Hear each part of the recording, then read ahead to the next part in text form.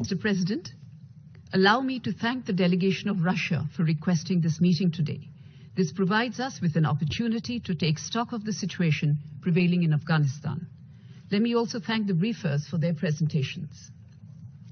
As we have repeatedly stated at the Security Council, India has direct stakes in ensuring the return of peace and stability, given our position as a contiguous neighbor and long-standing partner of Afghanistan, as well as our strong historical and civilizational linkages to the Afghan people.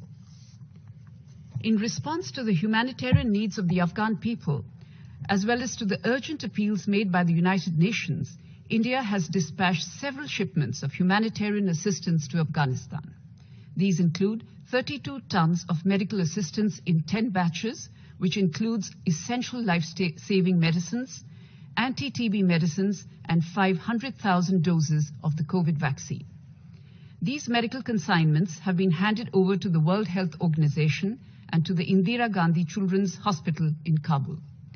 India has also dispatched over 40,000 metric tons of wheat to Afghanistan so far.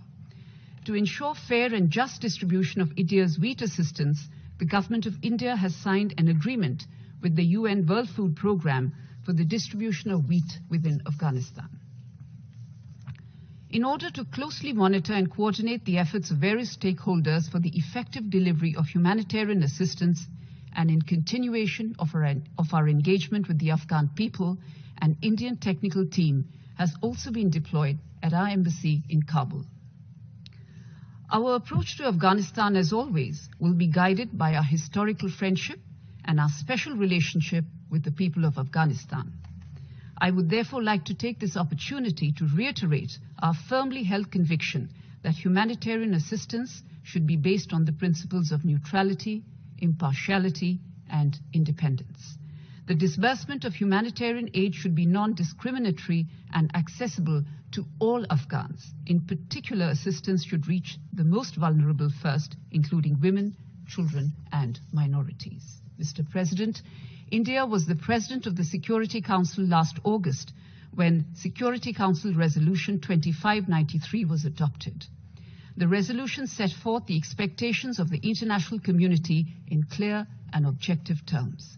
These included ensuring that the territory of Afghanistan is not used to launch terrorist attacks against other countries, formation of a truly inclusive and representative government, combating terrorism and drug trafficking, and preserving the rights of women, children, and minorities.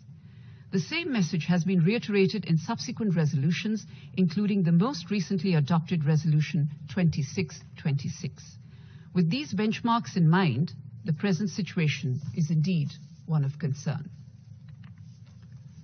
On terrorism, the recent findings of the 1988 Sanctions Committee's analytical support and the Sanctions Monitoring Team report indicate that the current authorities need to take much stronger action to fulfill their anti-terrorism commitments.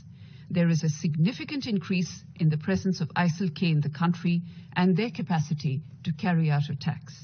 ISIL-K, with its base reportedly in Afghanistan, continues to issue threats of terrorist attacks on other countries. The series of attacks at religious places of the minority community, including the recent attack at the Sikh Gurudwara on 18 June in Kabul, followed by another bomb explosion near the same Gurudwara on 27 July, is hugely alarming. The linkages between groups listed by the UN Security Council, such as the Lashkar-e-Toiba and the Jaish-e-Mohammed, as well as provocative statements made by other terrorist groups operating out of Afghanistan, pose a direct threat to the peace and stability of the region. We need to see concrete progress in ensuring that such proscribed terrorist entities or their aliases do not get any support, tacit or direct, either from Afghan soil or from the terror sanctuaries based in the region. On the political front, India continues to call for an inclusive dispensation in Afghanistan, which represents all sections of Afghan society. A broad-based, inclusive and representative formation is necessary for both domestic and international engagement. We also express our concern at developments in Afghanistan which directly impact the well-being of women and girls. We join others in calling for the protection of the rights of women and girls and to ensure that the long-fought gains of the last 2 decades are not reversed.